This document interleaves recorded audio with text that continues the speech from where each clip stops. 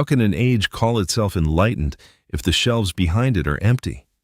I used to believe what most people believe, that history rests on stone foundations, that libraries stretch backward like cathedral aisles. Medieval hands, Renaissance ink, ancient chronicles copied carefully through generations. That was the story. But the first time I asked to see an original manuscript from before 1700, not a reprint, not a translation, not a cleaned and rebound edition, the room changed. There was a pause. Then an explanation. Fire, water damage, war, dissolution, relocation, loss. Each answer reasonable, each one ordinary. Until you begin to notice how often the word burned appears in the margins of civilization. London, 1666. Copenhagen, 1728. Lisbon, 1755. Moscow, 1812. Washington, 1814. Different nations, different rulers, different languages. The same outcome. Archives gone, catalogs erased, shelves reduced to ash. And what remained were copies. Copies of copies, printed after the fires, authenticated after the destruction. The chain of custody always thins somewhere between 1650 and 1850, right before the world becomes modern. Because that window matters. Before it, we are told, there were vast collections, monasteries holding centuries of inherited memory, and university libraries dense with commentary and debate. Guild archives recording techniques passed from master to apprentice. After it, national libraries rise. Purpose-built, fireproof, standardized. The old shelves gone, the new shelves uniform. And here is the discomfort. When you map the fires, not as isolated tragedies, but as a sequence, they cluster. Not scattered across 1,000 years, not evenly distributed, they gather, within 2 centuries, across continents. That does not fit the story of random decay. Wars destroy cities chaotically. Earthquakes topple districts indiscriminately. Yet again and again, it is the repositories of inherited knowledge that vanish. And when historians mention it, it appears as a footnote, a regrettable loss, an unfortunate accident of time, no extended mourning, no sustained inquiry into patterns, just acceptance. Walk into any major archive today and request a pre-1750 original manuscript. You may see one, but its journey to that shelf often begins in the 19th century. Discovered, authenticated, catalogued. After the era of fire, the parchment may be old, the ink may be old, but the recognition, the validation, is new. And so we stand in a strange position. We are certain about the ancient world, confident in its dates, secure in its sequence. Yet the physical chain that should anchor that certainty narrows precisely at the moment when modern institutions take control. I am not offering answers, only an observation. If the foundations of a house were removed and rebuilt in stone, would you not ask what stood there before? What texts did not cross that threshold? What knowledge did not survive the transition? The silence around that question is louder than the fires themselves. There is a difference between something lost and something filtered.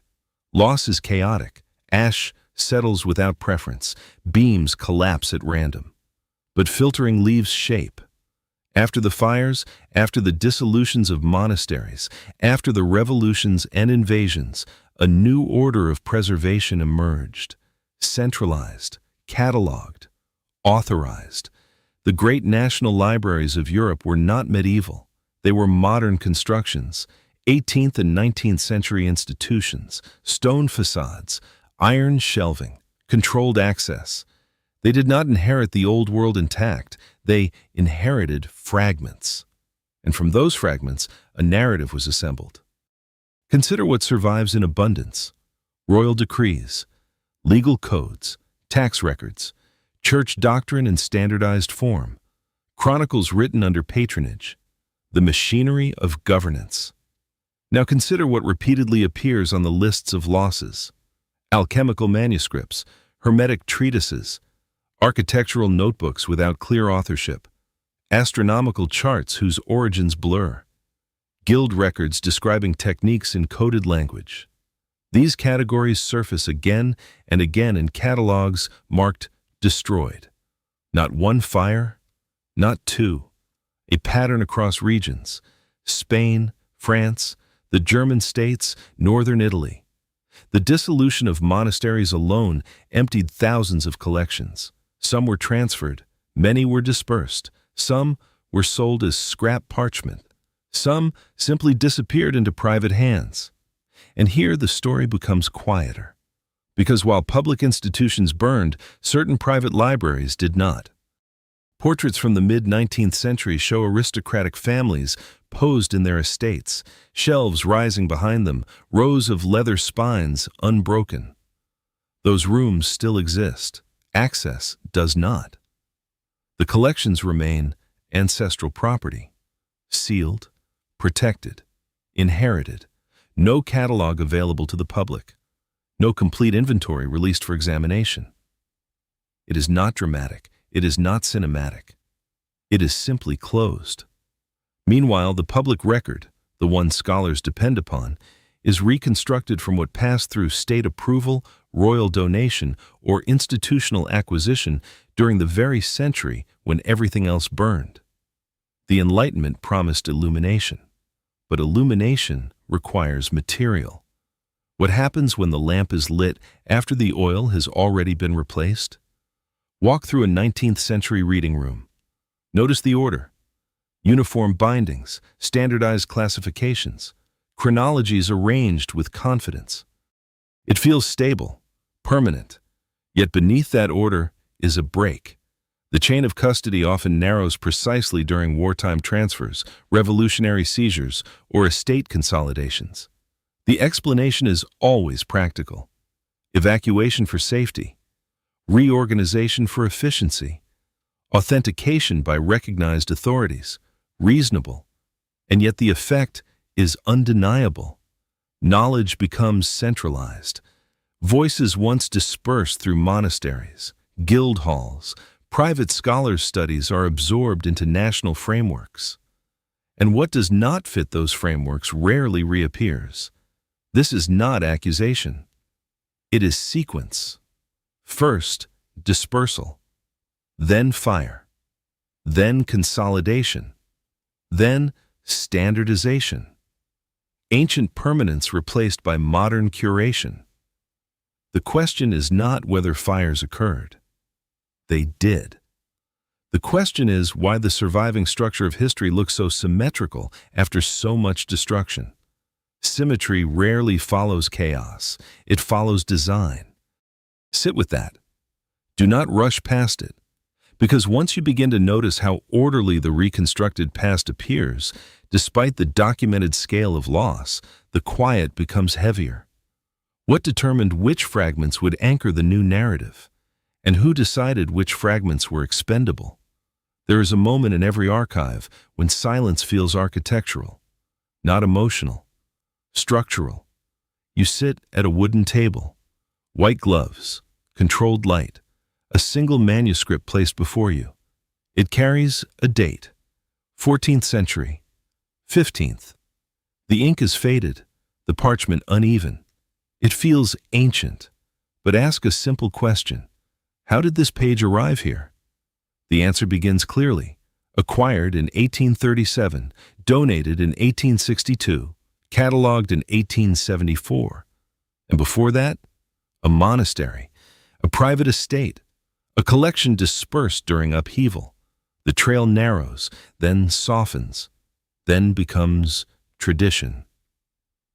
Inherited from an older archive, believed to originate in, attributed to.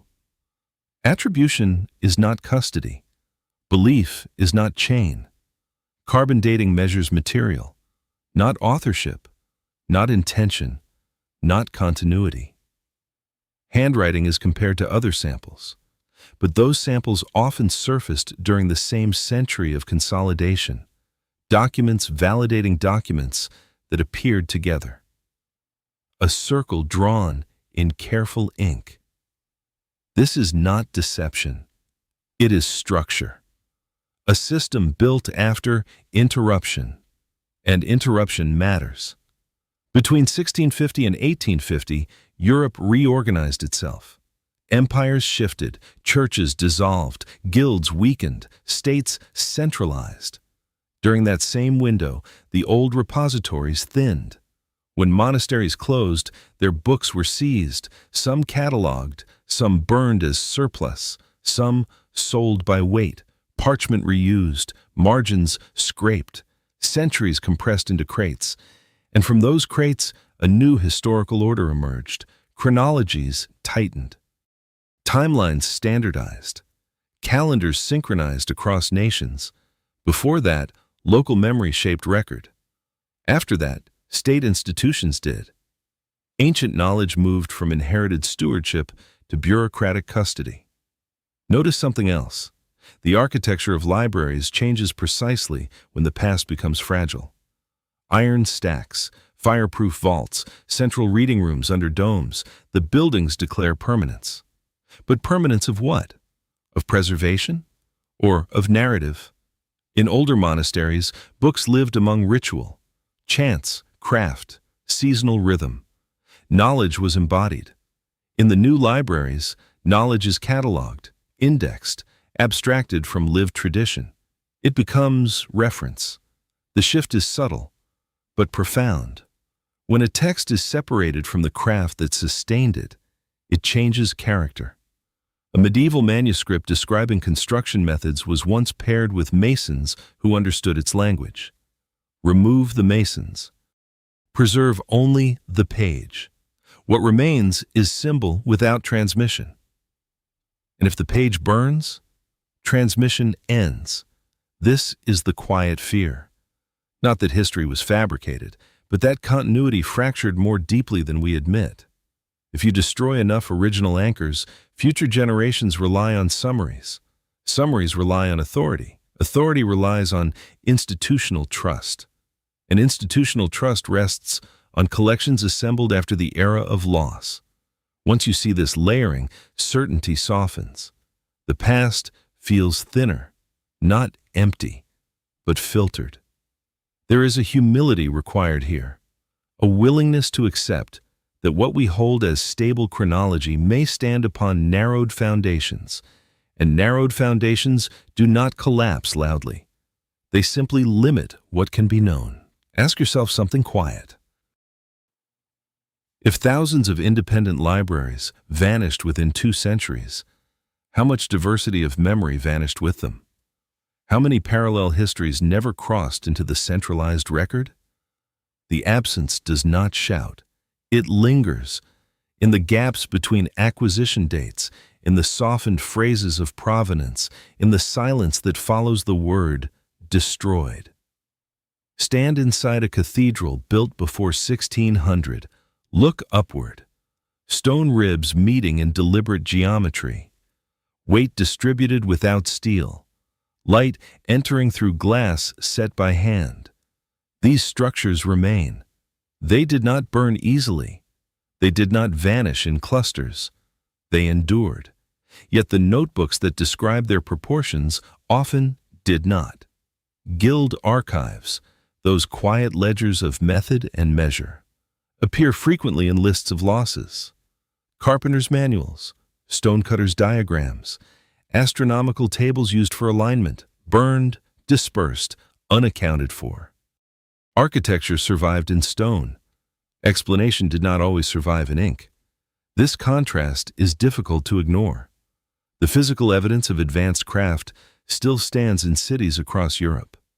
Vaulting that required intimate knowledge of force, acoustics tuned without electronic instruments, urban layouts aligned with celestial cycles. But the written continuity that should accompany such mastery thins abruptly around the same centuries when libraries burned. Because craft tradition is not abstract, it is inherited memory.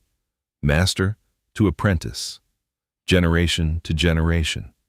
If the written record fractures and the guild structures dissolve, transmission weakens. What replaces it? Standardized engineering texts, printed manuals, state-sanctioned academies. The shift feels progressive, but it is also consolidating.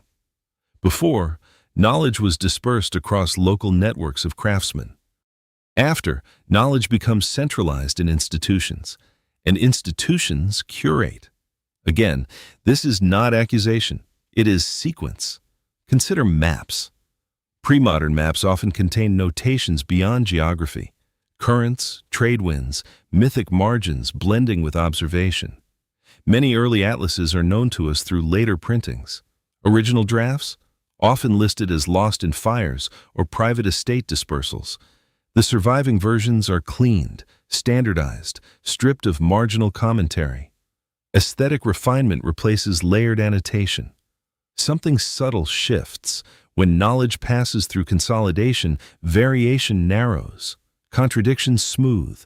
Alternative cosmologies fade, the Enlightenment prized order, classification, taxonomy.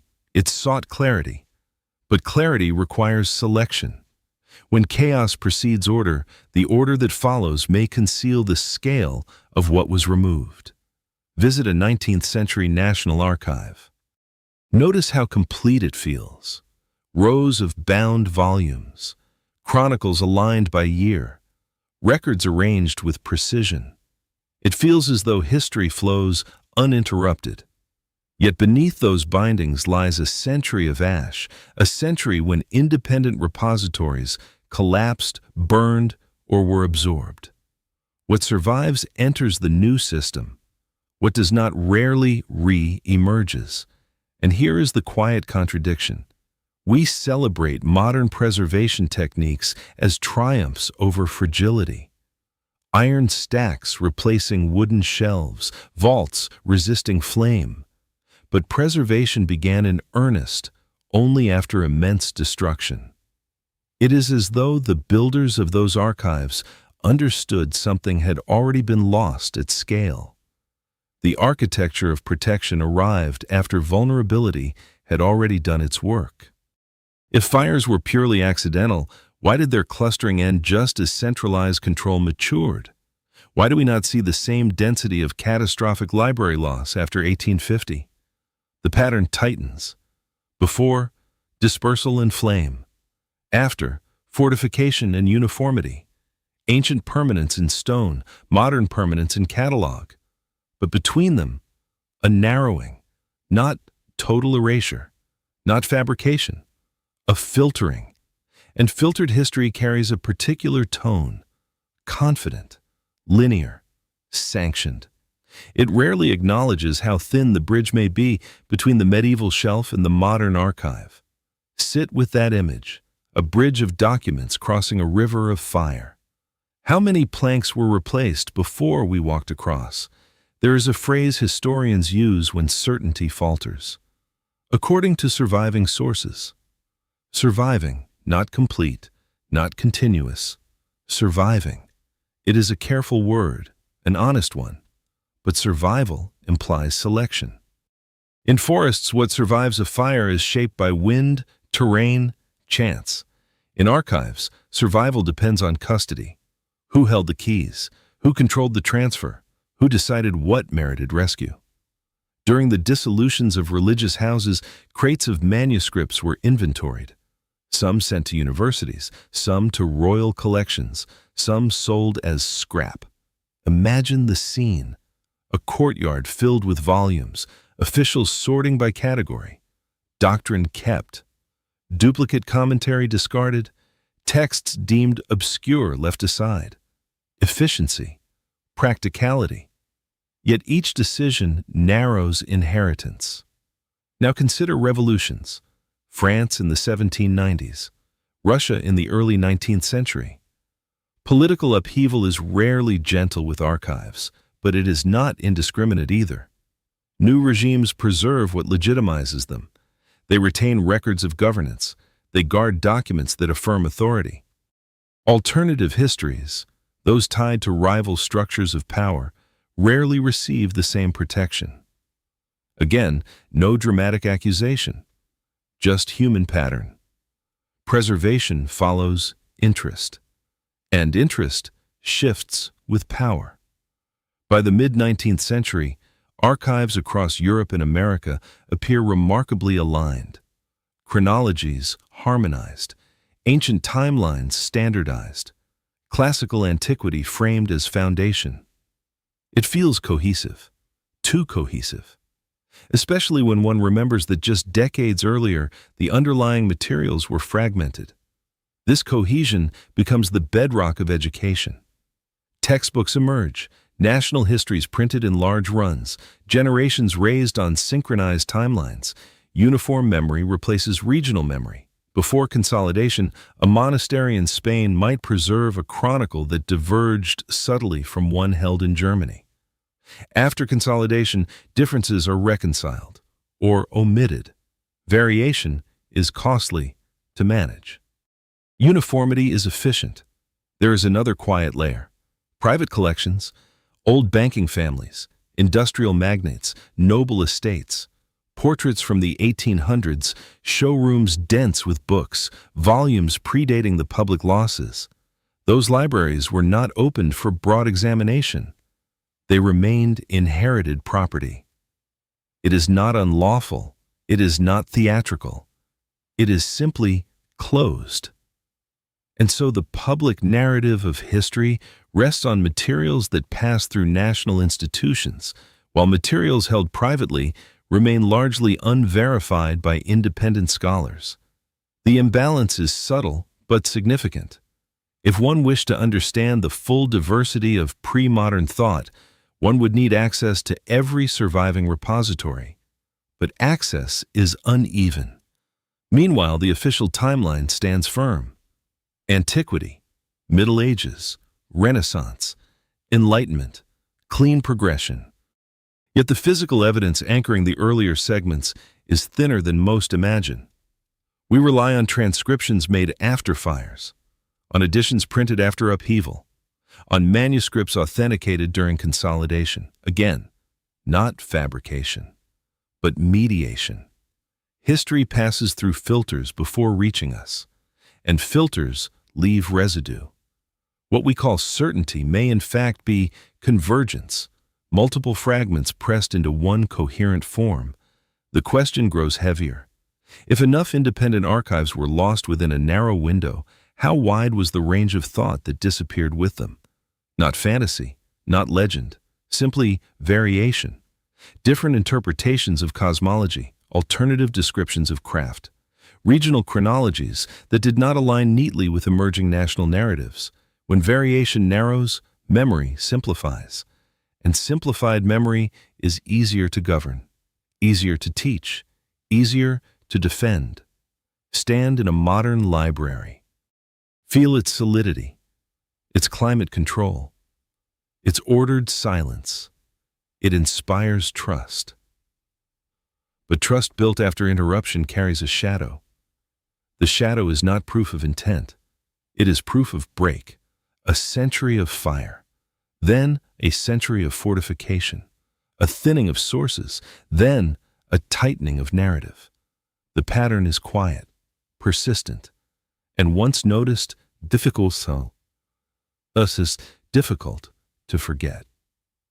Imagine a library before the fires, not the grand national halls of marble and iron, but a quieter place, shelves built by local hands, windows open to courtyard air, books resting beside tools of craft, scripture beside geometry, astronomy beside architecture.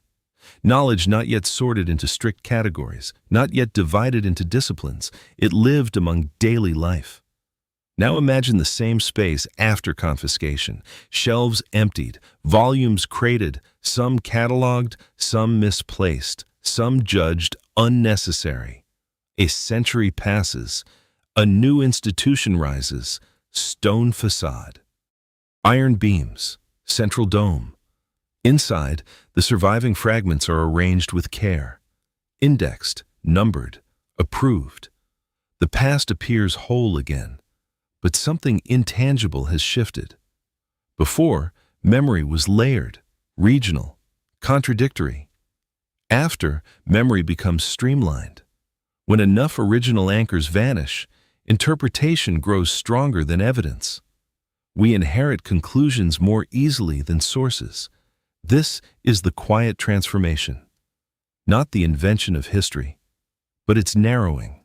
What once existed in parallel, multiple cosmologies, diverse chronologies, local traditions of craft, gradually aligns under centralized stewardship.